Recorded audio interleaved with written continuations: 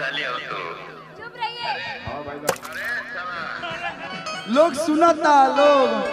दिमाग डिस्टर्ब है तो इलाज कराइए, मत कीजिए भैया। एक नाम बनाने में ना भैया बहुत बहुत बहुत मेहनत लगता है, लेकिन नाम गिराने में बस कुछ ऐसा स्टेप होता है जिससे आपका नाम बदनाम हो जाता है।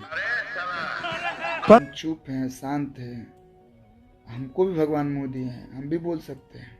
क्या मतलब हमसे क्या, आपको क्या प्रॉब्लम क्या है?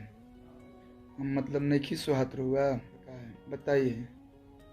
आप लोग ऐसे कर रहे हैं, कोई और करता तो हम बोलते चलो यार बाहर गांव का है या दूसरे जिले का है, जो भी है वो गाली सुनवा दीजिएगा। अच्छा लग रहा है आप लोग को भैया?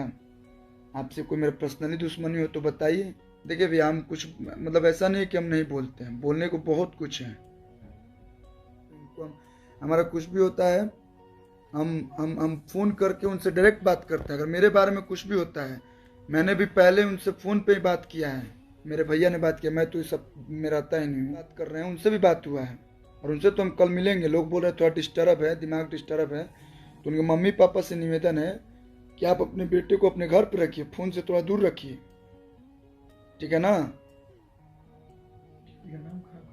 नाम खराब करिएगा किसी का?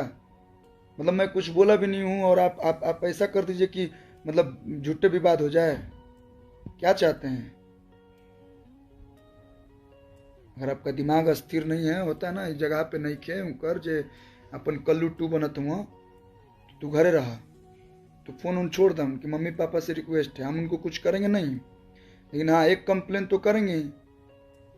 आज ये किए हैं, कल कुछ और कर सकते हैं, तो एक थाने में तो उनके खिलाफ हम कुछ ना कुछ तो करेंगे ही। बात हुई है हमारे चाचा जी से, कल हम आ रहे हैं बक्सर, जहाँ के आप हैं हम वहीं पे कंप्लेन करेंगे।